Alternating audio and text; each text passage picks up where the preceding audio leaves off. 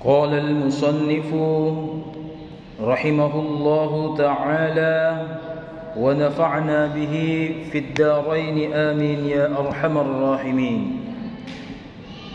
اخرج من أوصاف بشريتك عن كل وصف مناقض لعبوديتك إلى آخره. Alhamdulillah, segala puji bagi Allah. Salawat dan salam kepada Nabi Muhammad sallallahu alaihi wasallam. Allahumma salli wa sallim wa barik alaihi. Sebelum kita mulai, beberapa saat yang lalu ada yang menginformasikan kepada kami bahwa membaca surah Al-Fatihah di luar solat itu katanya bid'ah. Iya, katanya bid'ah. Jadi ini juga semakin banyak pendapat yang aneh-aneh ini bapak-bapak dan ibu-ibu. Ya. Kenapa? Karena biasa kalau kita sedikit-sedikit di malam taksiyah, ya kan, Al-Fatihah. Berdoa sedikit-sedikit juga Al-Fatihah. Bahkan kalau di pondok kami itu, di kampus juga sebelum kita belajar Al-Fatihah. Jadi kita jadikan itu Al-Fatihah bukan hanya Rabbi zidni sebagai doa belajar, juga sebagai doa untuk memulai pelajaran. Kami kalau mau setor hafalan di pondok juga baca juga Al-Fatihah. Ada pendapat di luar sana, yang mengatakan bahwa hal itu bid'ah. Jadi baca Al-Fatihah cuma dua caranya. Kalau bukan di solat, ketika kita maru'yah atau mengobati, ya, baik medis maupun non medis. Selain itu, menurut dia adalah bid'ah. Naudzubillah min dzalik. Ya. Padahal banyak di kitab hadis seperti hadis Muslim, di kitab-kitab Sunan, Tirmizi, Abu Dawud dan seterusnya, itu banyak berbicara tentang, belum lagi kalau sahabat, belum lagi tabi'in dan ulama, banyak berbicara tentang keutamaan dan kemuliaan dan contoh-contoh penggunaan surah Al-Fatihah. Ya, surah Al-Fatihah. Di antaranya Nabi bersabda, Afdaluz zikri la ilaha illallah, Afdalud du'ai alhamdu. Sebaik-baik zikir la ilaha illallah Muhammadar Rasulullah. Ini zikir yang paling utama. Banyak zikir yang lain, dan ini juga salah satu yang utama. Tapi kata Rasul melanjutkan, sebaik-baik doa adalah alhamdu. Bukan cuma bilang kalau kita berdoa alhamdu, tidak. Kita harus tahu, ternyata yang dimaksud Rasul itu alhamdu dalam syarah hadis itu adalah Al-Fatihah. Jadi memang ini Al-Fatihah banyak namanya, ya, banyak namanya. Fatihatul Kitab, Ummul Quran, Ummul Kitab, As-Sab'ul, banyak namanya, ya. Nah, termasuk juga salah satu cara penamaan sebuah surah, selain ada nama khususnya, terkadang itu Rasul memberikan nama itu surah awalnya, awal surahnya. Contoh surah Al-Insyirah, ya, ada nama lainnya surah Asy-Syarh, dua minamana. Tapi dalam juga riwayat dikatakan karena ini diawali dengan apa? Bismillahirrahmanirrahim, alam nashrah, maka surah juga ini dinamakan surah Alam Nashrah. Jadi bisa tonjol juga kalau bilang baca surah Alam Nashrah, ya kan? Ada tonjol riwayat mengatakan itu. Nah, sama juga ini. Bismillahirrahmanirrahim, alhamdulillahi. Maka surah Al-Fatihah juga namanya adalah Alhamdulillah. Jadi ini Al-Fatihah istilahnya banyak galaranna, banyak pak denganna. Nah, kita kembali ke laptop. Sebaik-baik doa adalah alhamdulillah. Ya kan? Kita tidak tahu doa belajar yang bagus. Kita tidak tahu doa apa bagus untuk almarhum, almarhumah atau anak supaya lulus atau supaya lancar pekerjaan dan seterusnya.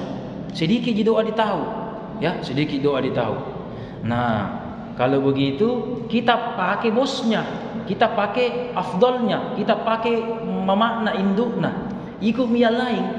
Salah satu doa yang paling mujarab adalah alhamdu, masya Allah, ya. Dan banyak riwayat-riwayat lain ketika sahabat atau ulama sebelum berfatwa atau sebelum apa itu selalu mengawali dengan alhamdu, ya. Tetapi ada mungkin saudara kita mungkin tekstual, oke, walaupun bagaimana dia juga Islam mungkin kita istilahnya toleransi, ya, saling menghargai antara satu dengan yang lainnya. Sebelum saya lanjut, saya hanya ingin menyampaikan satu hal. La yungkaru, kita tidak boleh mengingkari hal-hal yang diperselisihkan ulama. Walaki yungkaru, akan tetapi kita bisa ingkari hal-hal yang disepakati. Ya, saya ulang. Yang tidak boleh kita salahkan orang kalau masih perbedaan pendapat. Kalau yang bisa kita permasalahkan kalau itu adalah kesepakatan. Contoh, sholat subuh sudah disepakati ulama kita 2 rakaat. Yang tidak disepakati, ada di dalamnya mungkin kunut atau tidak, basmalahnya jahar atau tidak, macam-macam tahiyat juga banyak, itu tahiyat ragam-ragamnya, iftitah juga banyak.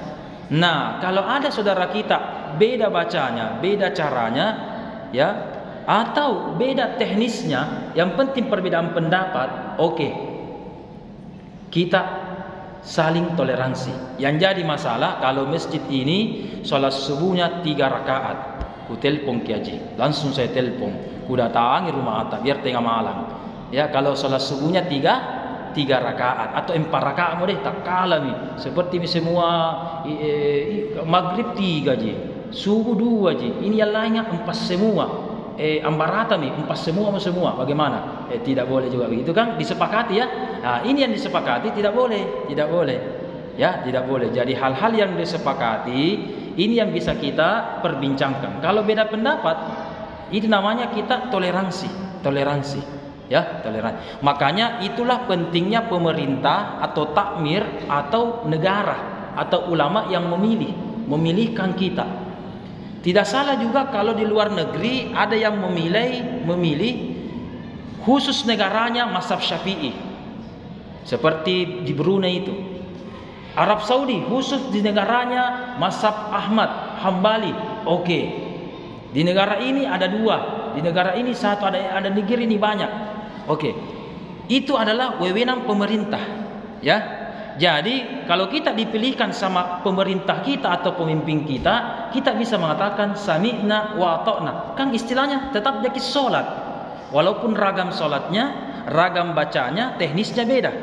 Yang jadi masalah kita harus demo, ya. Kalau zina dihalalkan, miras diperbolehkan dengan bebasnya, apalagi korupsi dihalalkan, apalagi dan seterusnya. Itu bisa kita demo, itu bisa kita protes karena ini memang sesuatu yang memang yang disepakati bahwa ini haram, ini tidak boleh, ya. Tapi kalau pemerintah memberikan atau ulama kita memberikan, oh ini kita pilih, ya. Sudah tidak zaman lagi bapak-bapak, ibu-ibu, kita tidak mau sholat di masjid gara-gara beda aliran. Ada di luar sana. Saya kebiasaan begini, Ustaz. Ini di masjidku begini. Tidak mau sholat di situ. Iya. Berarti merusak silaturahim antara satu dengan lainnya. Padahal silaturahim itu adalah sesuatu yang paling utama. Itu, ya. Tapi sebelum saya lanjut juga, saya apalagi mumpung ini di awal Syawal, saya lupa Jumat lalu mengucapkan minal aidin wal faizin, mohon maaf lahir dan batin, taqabbalallahu minna wa minkum, taqabbal ya karim. Dan terutama saya anggap kekeliruan atau mungkin kesalahan besar saya Jumat yang lalu secara khilaf barunya saya mungkin 15 menit sampai 20 menit lewat dari waktunya, ya. Kalau kita lihat Jumat yang lalu 7.10 itu sudah masuk waktu. Saya tengok-tengok sebenarnya di sini. Kenapa belum azan ini? Iya kan? Saya juga semakin baca, wah kenapa sudah 5 baris saya baca, belum selesai ini. Kalau kemarin 2 baris, bahkan 1 baris, paling banyak 3 baris saya baca, masih waktu. Tapi minggu lalu saya mohon maaf. Saya sebenarnya ingat sebelum ceramah 7.10 itu adalah masuk waktu Isya, tetapi sadar tidak sadar di otak saya kemarin itu saya mengingat pertemuan sebelumnya yang masih di bulan Sa'ban. Isyanya itu 7.30. Padahal 2 bulan yang lalu 7.30 ya. Padahal saya sudah tahu sebelumnya 7:10, 7:11 itu Isya. Tapi begitulah, mungkin sengaja, saya memang tidak sengaja, Allah lupakan saya, dan mungkin ada hikmahnya, karena mungkin saya berdosa, lupa mengucapkan mohon maaf lahir dan batin ya. Semoga sehat-sehat semua, dan kita semua tetap menjaga silaturahim kita. Kenapa maaf dan silaturahim itu paling utama? Kenapa utama? Kalau minta ampun kepada Allah paling enak. Allah kan maha penyayang, maha apa lagi? Maha pemurah, maha pemaaf, maha apa lagi? Maha pengampun, enak sekali, maha. Tapi kalau saudara kata manusia tidak ditahu, rupa-rupa itu orang. Ada maha kakdoro, iya kan? Ada maha amarah, iya kan? Maha suka jengkel, maha keras kepala, maha apa lagi? Maha barata, iya ada itu. Iya, kenapa saya sebutkan Mahabharata? Coba lihat filmnya Mahabharata. Berkelahi gitu, berperang apa dan seterusnya. Ada juga Iran begitu. Iya kan? Tidak enak mentongi kalau tidak Asyibaji dan seterusnya. Apalagi yang dulu-dulu ya, dulu-dulu. Kalau ada ilmu-ilmu kebalta, selalu mau dites-tes. Maka berkelahi, maka apa? Ada karateta, ada pangisenganta. Biasa ada tonton. Tapi sekarang mungkin agak jarang begitu, makanya kita harus mengikat silaturahim kita. Nah, saking pentingnya silaturahim ini, tanda kutip Allah tidak bisa berapa-apa, tanda kutip Allah tidak bisa bilang apa-apa kalau manusia itu tidak memaafkan kita, ya kan? Kalau dosa kepada aku maafkan ki, oke, sama saya ki urusan. Sebentar malam tahajud, kapanpun itu berduaan ki, silahkan istighfar, sholat taubat, oke. Tapi kalau saudara tak bagaimana? Kalau ditahu enak didatangi ini bulan Syawal. Tapi kalau tidak, coba kita ingat waktu tak SD sampai sekarang, SMP, SMA terutama waktu kita ABG, sudah makin minta maaf semua orang-orang yang kita pukul, calla, tipu-tipu, bohongi, zolimi, ya kan? Apakah orang tersebut kita tahu sekarang? Tidak tahu. Atau bahkan mutera meninggal nih. Pertanyaannya, bagaimana caranya kita minta maaf? Ya kan? Kalau misalkan kita datangi baru tidak memaafkan ki, oke.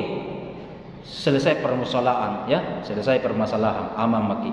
Tapi yang jadi masalah, kita tidak sadar dulu pernah menzolimi seseorang, menyakiti perasaan seseorang, kemudian mungkin kita lupa, kita tidak sadar, atau mungkin tidak tahu di mana atau mungkin sudah meninggal, bagaimana itu? Kan tetap berdosa istilahnya itu. Bagaimana pengampunannya? Sama juga kalau kita utang perasaan, ya, dengan utang uang. Ada utang tak dulu itu. Misalkan ini tidak ada uang 10.000.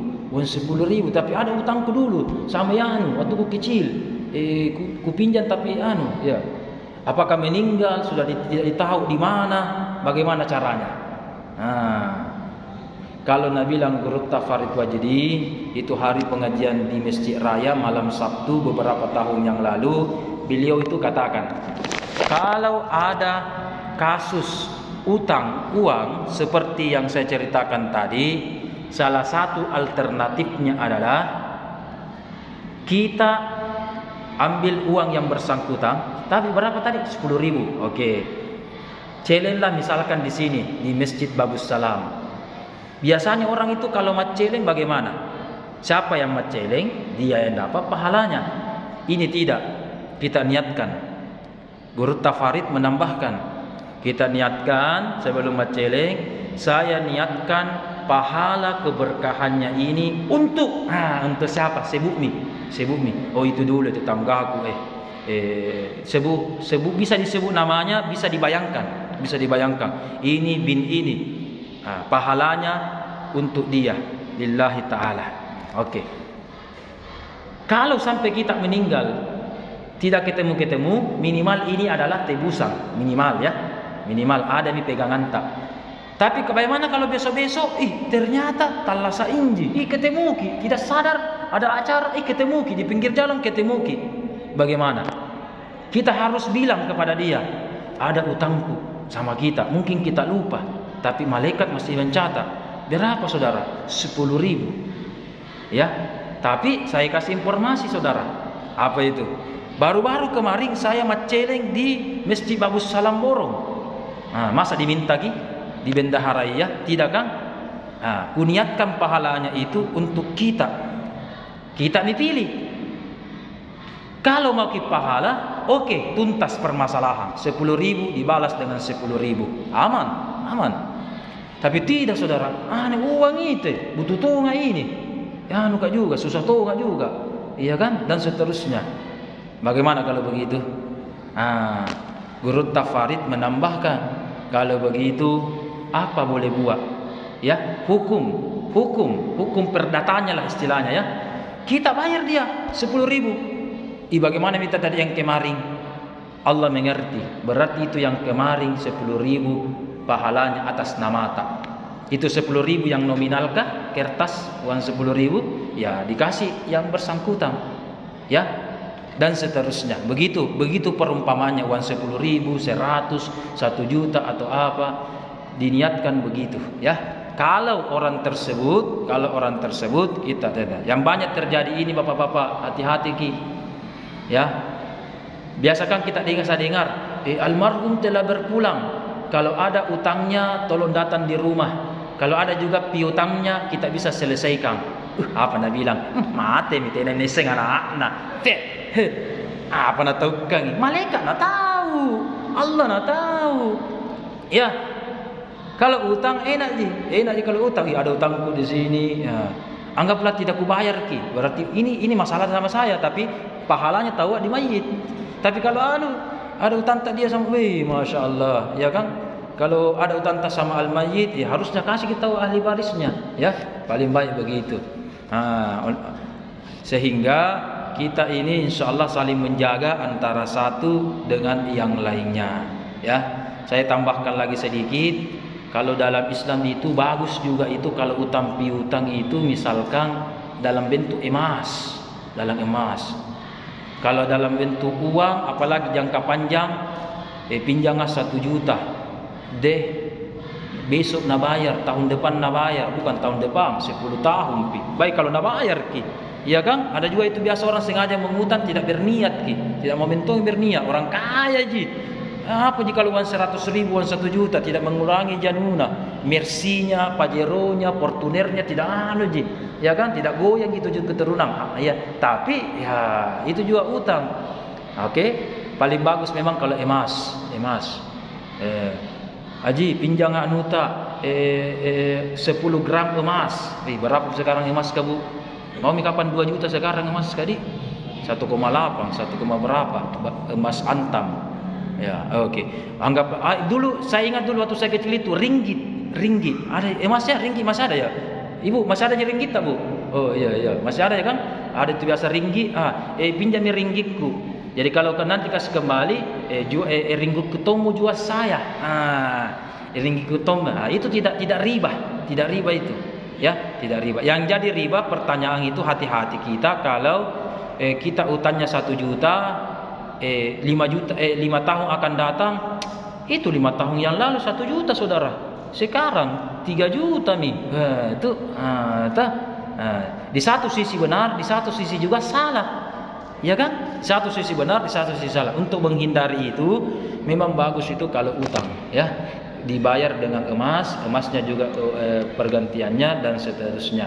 Saya hanya mengingat satu dari ajaran dari Guru Tak Mustamin. Semoga bapak-bapak, ibu-ibu bisa menghafal ini atau mencatat atau sebentar bisa diinformasikan. Bagi yang punya utang, Guru Tak Mustaming itu memberikan doa sebagaimana hadis Rasul sallallahu alaihi wasallam. Bahkan beliau menambahkan, walaupun utangnya sebesar gunung Uhud. Kalau kita pernah umrah, haji bapak-bapak, ibu-ibu, gunung Uhud. Ternyata gunung Uhud itu sebenarnya bukan gunung, pegunungan. Apa bedanya gunung dengan pegunungan? Gunung itu satu ji, tapi pegunungan itu banyak itu gunung. Jadi namanya Uhud, pegunungan ya. Walaupun besarnya utang seperti itu, yang penting kita berniat mau membalas. Siri ini siri napace, ya kan, siri. Kalau kita tidak balas, beda kalau masa bodoh, ya kan, tidak berniat. Yang penting selama kita mau berniat membayar, insya Allah utang kita akan bebas, ya. Utang kita akan bebas. Bagaimana kalau sekarang kita tidak punya utang? Ya, kita tidak punya utang. Dengan membaca doa ini, insya Allah menjaga kita juga tidak punya utang. Ya, tidak punya utang. Ya, alhamdulillah kami kodong pas-pasti juga, apa juga. Alhamdulillah. Biar 1 rupiah sekarang, alhamdulillah tidak ada je kodong utangku di bank. Ya, ada orang kan sedikit-sedikit beli HP, utang misedeng, televisi kredit misedeng, cicil misedeng, ya kan, dan seterusnya. Ada orang begitu ya. Nah, kasih mudah. Dan hati-hati bapak-bapak, ibu-ibu terhadap pinjol. Ya, pinjol, apa itu pinjol? Pinjam-pinjam online, hati-hati. Saya kemarin dapat informasi ada orang di luar sana ya memperlihatkan chatnya, Ustaz, saya butuh bantuan tak. Kenapa? Ini gara-gara pinjol. Nah, kasih lihat screenshotnya dengan ini Ustaz, pinjol. Ya kan? Dia sembarang bilang kalau kita tidak bayar, bahkan ada bunganya. Kalau terlambat berbunga lagi, ada begitu. Ya kan? Iming-imingnya gitu gampang. Kenapa? Dia akan mencemarkan nama baik saya. Apa Nabi bilang? Ini Ustaz, Nabi berita. Seorang ini telah korupsi terhadap perusahaan dan melecehkan anak. Sembarang Nabi bilang. Iya. Saya bukan kerja di perusahaan Ustaz. Saya pegawai negeri. Jadi tidak ada perusahaanku. Sembarang Nabi bilang. Melecehkan anak. Saya tidak pernah melecehkan anak. Ya kan, pulang dari kerja langsung tidur jarang bergaul. Bahkan saya tidak terlalu suka kalau ribut ke anak-anak. Bagaimana saya mau lecehkan? Tapi begitu. Ustaz, ini kalau tidak disebarluaskan ke kontak saya. Kenapa ditahu kontak Anda? Sebelum tak mengutang, ini salah satu, ini ternyata ada trik mereka.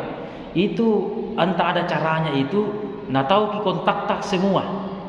Ya, kontak. Jadi hutang sekian juta, tahu kontak tak nomornya istri tak, siapa ditulis di situ, sayang, kakak apa, adik apa, atau bos apa, itu ada di kontak namanya. Jadi kalau macam-macam ini kontak-kontak di WA yang tersambung dengan kontak di WA aku, namanya siapa di situ tersambung, saya akan sebar luaskan perlakuan Anda semua ini begini dan seterusnya, ancaman ya, dan seterusnya. Nauzubillah min zalik ya. Makanya pola hidup kita ini sederhana, cukup, ya kan, dan seterusnya. Bagi kalau ada saudara-saudara saya anak muda di sini, ya, kita harus sederhana, jangan juga terlalu poya-poya. Saya ingat sekali perkataan dan ajaran ibu saya. Makan enak itu gampang, makan sederhana itu susah.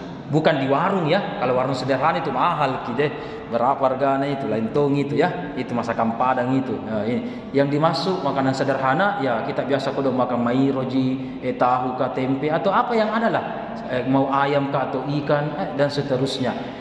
Apa kata orang tua kami? Ya, makanan enak tidak perlu belajar. Namanya makanan enak pasti semua suka, ya, suka. Oke, tapi kalau makanan sederhana bagaimana? Dan yang utama tentu adalah bergizi, yang bergizi ya. Hidup enak pasti semua orang suka, hidup enak. Ada ini, tapi belajar ke hidup sederhana. Makanya bagus juga anak kalau sekolah di pesantren, ya kan, tahu itu bagaimana kehidupan, cuci baju sendiri, apa sendiri, mandiri dan seterusnya. Mungkin demikian pengantar saya. Mohon maaf kalau lebih ya. Kita lanjut sedikit. kata hikmah dari Ibnu Athaillah. Ibnu Athaillah menambahkan dalam penjelasannya mengatakan bahwa keluarkanlah dalam diri kita sifat-sifat kemanusiaan yang bisa membatalkan penghambaan kita kepada Allah. Kemarin kita sudah jelaskan, kitab manusia memiliki dua sifat, sifat baik takwa dan sifat buruk jahat. Ya, yang mana itu sifat baik? Di antaranya taat, mendengarki, ya kan? Oke, menjaga kehormatan, menjaga diri, manini, hati-hati, ya, hati-hati, manini, ya, oke, dan menghormati orang lain. Menghormati itu sifat-sifat manusia yang kita harus jaga. Tetapi dikatakan di dalam diri kita ada juga sifat-sifat manusiawi yang memang ada tertanam di otak tak, ada juga memang tertanam di hati tak, ada mentong. Biar bagaimana orang ulamanya, solehnya, pasti ada tertanam sifat-sifat ini. Apa itu? Sifat-sifat maksiat, syahwat hawa nafsu, duniawi, lupa, lalai, dan seterusnya. Di sini dikatakan yang sifat yang baik ditingkatkan. Oke.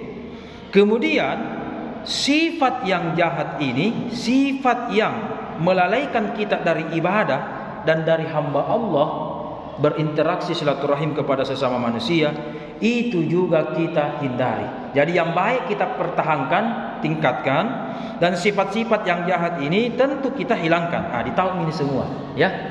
Nah, makanya di sini ditambahkan. Pernah biasa kita dengar begini, jangan merasa hebat di hadapan orang lain, ya kan? Itu kan sombong, ya. Kalau kita merasa tinggi, merasa kaya, merasa gagah, merasa pintar terhadap orang lain. Oke. Tapi mohon maaf, kurang tepat juga kalau kita merasa hina dibanding orang lain. Di masa hina, tidak boleh juga, ya kan?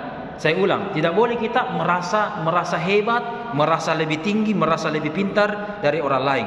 Mungkin beda kalau wawancara kerja atau wawancara biasa kuliah dan semacamnya, terutama kalau ke luar negeri atau perusahaan-perusahaan asing dan seterusnya. Biasa kita diwawancarai itu, yang saya dengar, berapa Anda minta gaji? Apa keistimewaan dan kehebatan Anda? Ya, apa pengalaman Anda? Kan puji Ali kita, puji Ali kita. Iya kan? Iya. Sehingga kami harus gaji Anda itu berapa? Disebut bi. Oke, kalau ini kita pengecualian, ya kan? Tetapi di satu sisi kita juga tidak boleh merasa hebat. Kalau begitu merasa hina, jangan juga merasa hina. Jangan juga merasa hina. Kalau begitu jawabannya apa? Apa jawabannya? Tidak bisa kita merasa hebat, merasa pintar, merasa kaya, merasa baik, merasa bertakwa daripada orang lain, tetapi tidak boleh juga merasa di bawah. Kenapa? Kalau merasa di bawah itu namanya kita minder pesimis, tidak percaya diri. Ya, ada orang lain, ya takut-takutan ya kan? Dan seterusnya.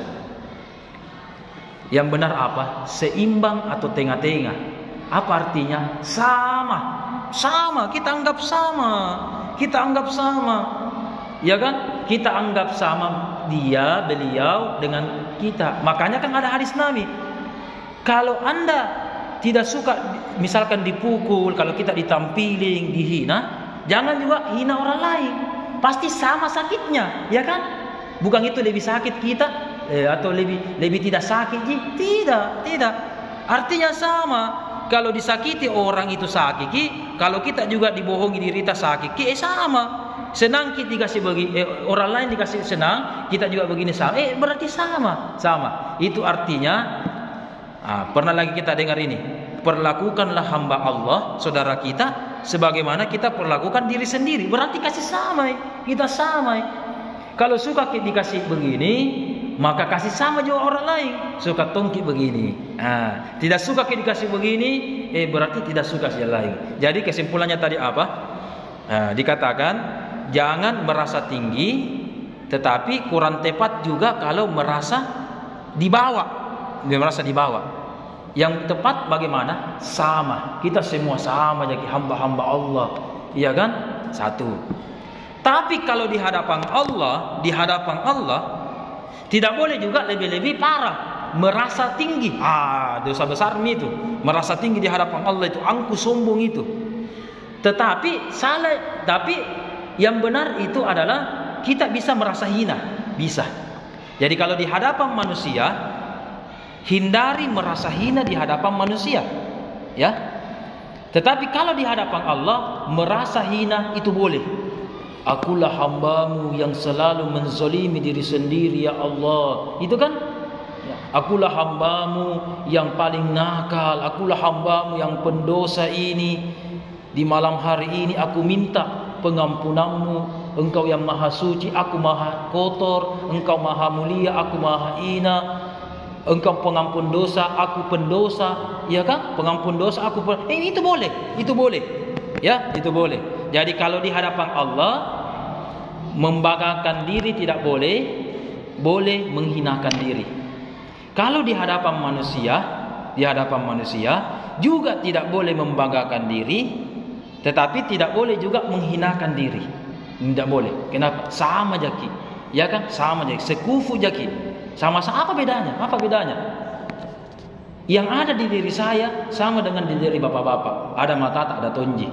Ada telinga tak ada tonji, hati tak ada tonji, jantung tak ada tonji. Apalagi kolbu, apalagi roh tak ada tonji juga rohku. Ya kan, ada takdir tak ada tonji juga takdirku, dan seterusnya. Oleh karena itu kepada sesama manusia kita harus saling menjaga antara satu dan yang lain. Jangan terlalu tinggi dan jangan juga terlalu rendah. Kasihan orang kalau terlalu rendah. Pesimiski namanya, minderki. Saya pernah kenalan di daerah utara saya, tetangga saya di sana. Itu malas kalau pergi pengantin kasihan. Malasnya itu bukan karena tidak mau. Minderki. Ipakiyang kuto ini tonji, 2 ji 3 ji. Mindernya apa? Ya tahu orang ganti-ganti bajuna. Ya kan? Mindernya apa lagi? Nanti nak bilang orang, kenapa itu terus bajuta? Padahal mungkin tidak diperhatikan gitu. Ya, mungkin ada tong yang perhatikan, mungkin ada tong. Ada tong juga cuek ya, apalagi kalau banyak nih ruas mi rame mi dan seterusnya, ya kan tidak diperhatikan. Tapi ada orang minder begitu. Ada orang minder begitu. Oleh karena itu kita tempatkan sesuatu pada tempatnya. Jangan terlalu over, jangan juga terlalu pesimis. Kita sama ya, samakan saja. Oke, 5 menit sebelum kita tutup, bapak-bapak, ibu-ibu, mungkin ada tambahan sedikit, ada mungkin masukan, saran, pertanyaan. Ada tadi seputar silaturahim, ada tadi tentang satu dua baris ini tentang kata hikmah kita, atau apapun itu mungkin mau ditambahkan. Tapi silakan. Saya suka ini kalau anak muda ini bagus. Kata presiden pertama kita, berikan aku 10 pemuda. Bagus ini. Ada 1 ini. Bagus. Silakan anak muda, lanjutkan.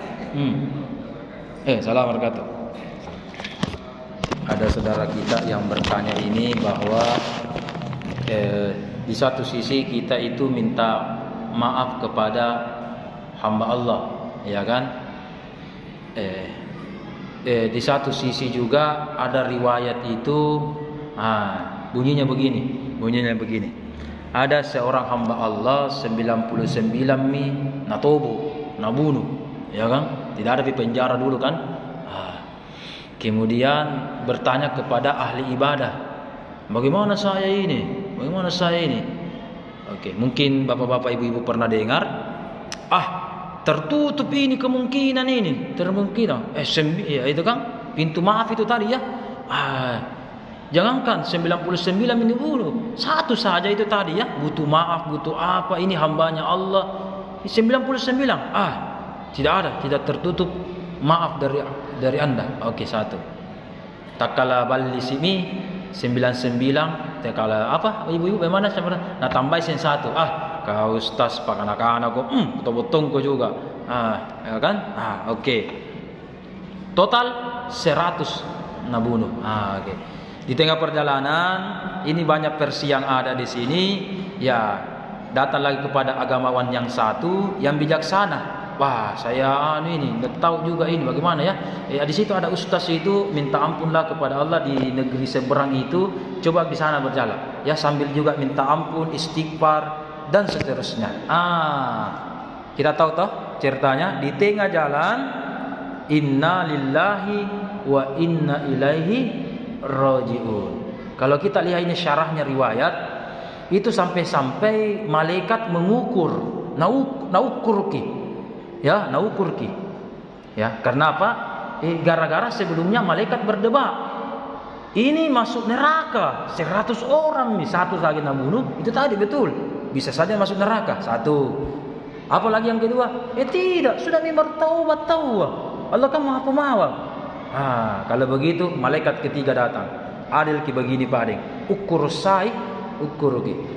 Kalau sudah jauh dari tempatnya, lebih dekat dari ini kota ini, tempat dia ingin bertaubat, insya Allah dia bisa masuk surga. Tapi kalau baru sedikit, berarti masuk neraka.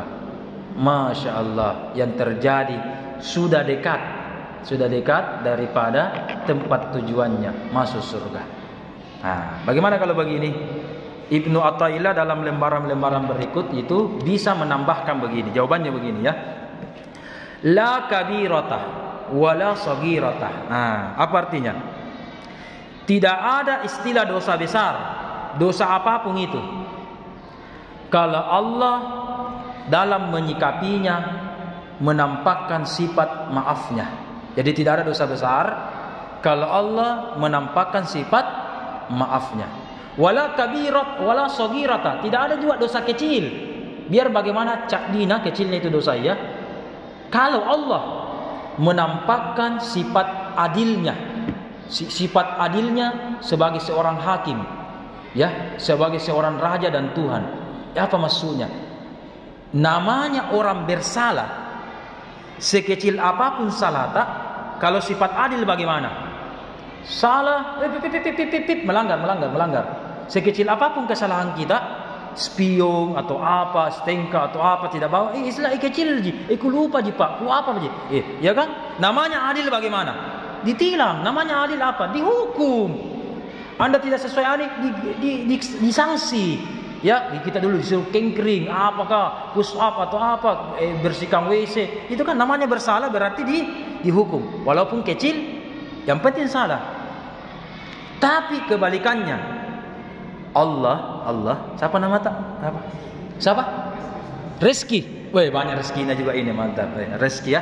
Rezeki ya, Ananda Rezeki, Adinda Rezeki ini ya. Tapi kalau Allah menyikapi dosa besar kita dengan sifatnya pemaaf, pemurah, pengampun dan penyayang, biar dosa tak besar sekali, itu tadi, biar dosa tak besar sekali, maka tidak ada istilah dosa besar kalau Allah memaafkan.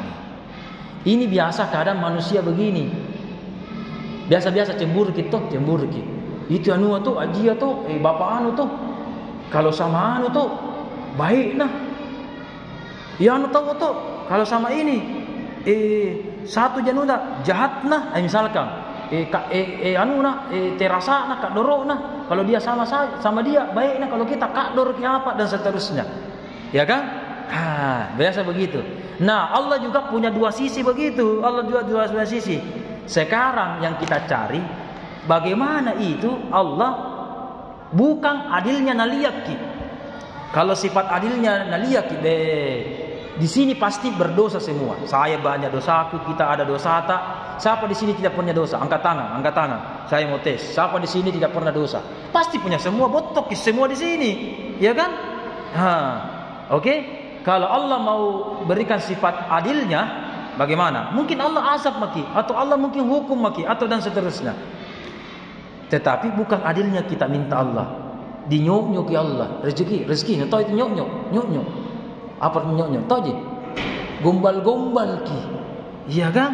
Ya Allah, saya minta bukan sifat adil tak. Kalau sama saya kau dong, penderitaanku apa aku, masalahku banyak nih. Jangan bagi adil sama saya ya Allah. Di satu sisi kan orang kan minta keadilan ya. Saya mau adil. Allah itu maha adil. Ya kan? Saya tidak butuh di sifat adil. Ya Allah, saya butuh bijaksanata. Saya butuh maafta. Saya butuh panggamasayanta, cintata. Kenapa? Kalau Allah melihat kita dengan sifat pemaafnya dan sayangnya, dia tidak melihat lagi dosa tak. Ya. Tetapi kalau Allah adilna nalia, bagaimana? Biar sedikit dosa tak nah hukum ki, sedikit dosa tak nah hukum ki, sedikit dosa tak nah hukum ki. Ya. Makanya sekarang anak muda saya berikan amalan, mintalah kepada Allah dalam sujud dan solat kita, zikir kita, ya Allah, aku minta ampunanmu di atas keadilanmu. Masya Allah ya. Kalau Allah itu kasihkan ampunan dan sayangnya, Masya Allah, biar bagaimana dosa tak itu diampuni oleh Allah Subhanahu wa taala. Diampuni ya. Siapa tidak tahu yang namanya Umar bin Al-Khattab? Ya, Umar ada anaknya kecil, perempuan, nak kubur hidup-hidup. Ya, sudah berapa dia tebas? Ya, ini Umar saking riwanya dan seterusnya. Siapa tidak tahu begini? Tetapi Allah kepada Umar, ya, dan ini juga ada doanya Nabi ya, ada doanya Nabi. Juga Nabi pernah berdoa supaya itu Umar masuk Islam. Jadi Allah tampakkan kepada Umar bukan adilnya. Kalau adil bagaimana? Seperti musuh-musuh Allah ya, musuh-musuh Allah seperti Fir'aun ditenggelamkan, ini diazab. Tapi Allah sifat penyayangnya bagaimana? Masya Allah, diampuni bahkan masuk Islam dan dijamin masuk surga. Oke, untuk itu karena sudah waktu demikian dari kami, mohon maaf kalau ada